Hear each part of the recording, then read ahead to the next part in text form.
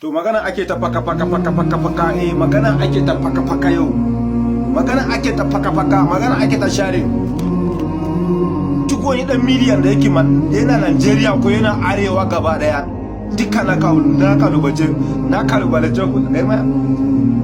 kalubalace ku wallahi tallahi gaba daya. Ban cire ko daya ba. Bari mu ga masoyin Abba Kyari. Yau bari mu ga masoyin Abba Kyari. Wallahi tallahi butuje ta Abba Kyari DSP Abba Kyari, kowa ya san Abba Kyari. Kun ga wannan shine Abba Kyari. Inda a ce za mu sa irin ayyukunan da Abba Kyari yayi game da yankin nafa, wallahi tallahi kito ba su bari bane. Wallahi da za mu samu ku gani. In aka ce fa Abuja zuwa Kaduna zuwa Kano, in an ce akwai Abba Kyari yana hanya, yana mafi hanya ko a jirgi, wallahi ba sa fita. Allah suna kashe kansu.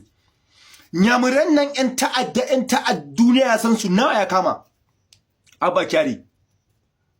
Amma dan Allah dan Annabi ku duba wani cin jahilci da cin amana da rashin sanin aikin dan adam da rashin sanin sanin dan adam kansa ma. Abinda aka yi wa Abba Kyari shekaran shi 2 ko 3 a kulle a prison ba tare da laifin komai ba, bai aikata komai ba, bai laifin komai ba. Wallahi tallahi lokacin da Abba Kyari yake operation nashi, wallahi yan bandin da yankin nafa kai ko yan Boko Haram da suke Maiduguri, wallahi in sun ji Abba Kyari wallahi suna kashe kansu. Amma kun kulle bawon Allah nan. Gwamnatin Buhari ya zo ya gama, ya tafi. Yau Allah ya kama na Tinubu, kuma vice president ma Kanuri ne, dan uwan Abba Kyari ne, ba abinda suka yi akan shi. Ga gwamnoni mu na arewa, ga sanatoci mu na arewa, wannan house naku da kuna taruwa kuna hada munafurci. Ubangiji Allah ya sa wata rana ruwa ya zo ya cinye ku gaba daya, ban cinye ko guda daya ba. Masu aiki, masu kishin kasa iri wayannan kuna dorewa ba ku barin su. Amma ku ga wannan ɗankin nafa ne, ku ga magazin da yake jikinsa, idan zai sa bindigansa a L ne zai samu wata mai kyau ya kwanta, sai ya sati yana harbi. Sai yana harbi. Amma soja, Nigerian Army, Chips ne, kamfani ne mai daraja wanda suke zuwa wani kasa su yake kasan, su nemi incin su karba su ba kasa inci su zo Najeriya. In ba munafurcin gwamnatin Najeriya ba, abinda zai shi a cikin 24 hours aka rike shekara 16. To mu ba abinda za mu ce da gwamnatin Najeriya, mu dai lokacin mutanmu muke jira. Ba wani abin da muke jira yanzu. Muna cin abinci, muna shan abinci. Ko prison kun je kun samu, dole ku za ku ba mu ci da sha. Dan in ba haka ba, in kun kama mu kai ku harbe mu. Kun tubar da Boko Haram, kun tubar da ɗan kidnapper sabba rashin imanin manyan Najeriya da rashin sanin aikin a Najeriya da rashin sanin dokan da constitution naku ya karanta muku. Dan ta'adda ya tuba, kun bar masa makamansa ya koma jeji. Wannan wani irin tuba? Wannan ba tuba bane. Wannan kun ba su dama su shiga cikin gari su yi sayayya idan sun ga wanda ba sa so, wanda kun ce ya kashe su kashe kawai. To mu man haka ne, ku ba mu daman haka. Muna kira da gwamnatin Najeriya, ka siya ma kowa makamai ka bashi ya rike kayansa. Dan Allah ku duba wannan dan ta'adda, magazin ya kai 40 a jikin shi. Soja, Nigerian Army zai je operation a jeji, zai je gamu da Boko Haram da yake tare da asfunallahu waliman wakil. Magazin 2, in yayi magazin 3 ake bashi. Ya diba bullet ya cika combat nashi aljibun shi ma wani lokaci karba ake yi. Sai a ce Najeriya akwai adalci, Najeriya ana aiki, a gidan uwarwa ana aiki.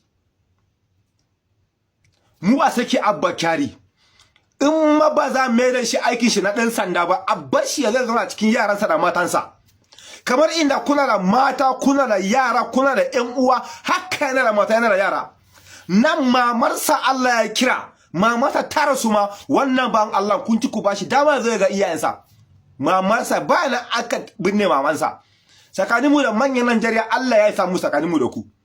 Sinannu, wahalallu. Ku sinannu ne wallahi. Duk wani manya, duk wani babba da a Najeriya wallahi in bai sa baki an saki Abba Kyari ba, in bai sa baki Boko Haram nan sun kare ba, in bai sa baki kidnappers nan sun kare ko su karbi makamun su ba, wallahi tallahi kun cuce mu. Ko a gaban Allah in mun yafi muku shege nake. Wallahi ba za mu kara yafiya kowa ba. Kai mutun ya ga mun yafiya Buhari, wallahi ba za mu yafiya kwa ba. Buhari ma yafiyan a baki ne. Sai an yi laira raja gaba can. Ku sake mana Abba Kyari. Idan ba haka ba, wallahi tallahi abinda aka yi a Nepal sai an yi a Najeriya. Prison na Kojane ko Kojemene ko sunan mene ma Abuja naku, prison naku so. Duk ɗan prison din ma fa na ranta da Allah sun gaji da zaman. Suna Allah ta'addanci ya tashi su yi muku bondos pindim colombondos. Ina za mu sa kanmu? Abinci ya yi tsada, fetur ya yi tsada, abinci ya yi tsada, fetur ya yi tsada, ba noma, komai magani ya yi tsada, ba makaranta mai kyau, ba asibiti mai kyau, komai a Najeriya ba mai kyau. Kun yafi a 'yan ta'adda, kun yafi a Boko Haram, kun yafi a kidnapper. In ba za ku yafi a Abba Kyari ba, wallahi tallahi duk lokacin da aka tara zanga-zanga a Najeriya sai mun ci uwar kowani babba. Kwadan uwa mu ne kai wallahi sai mun ci uwar ka mun kashe ka. Ba wani boye. Ba za mu boye abin da yake ranmu ba. Za mu fitar duniya ya gani. In ba haka ba ku kashe mu, ku yanka mu, ku cinye mu, ku yi farfesu da mu, ku yi gandara mu. Tunda ku ba za ku mutu ba za ku dawo a duniya. Miliyan 100, miliyan 500, triliyan 100, gangaliyan, siriliyan, tontoliyan, indomiliyan duk zai kare. Za mu koma gaban Allah hannun rabbana mun zo su gidir, za mu koma su gidir. Shakaranka 70, shakaranka 80 za mu je mu kwanta a kabar shakara ba iyaka.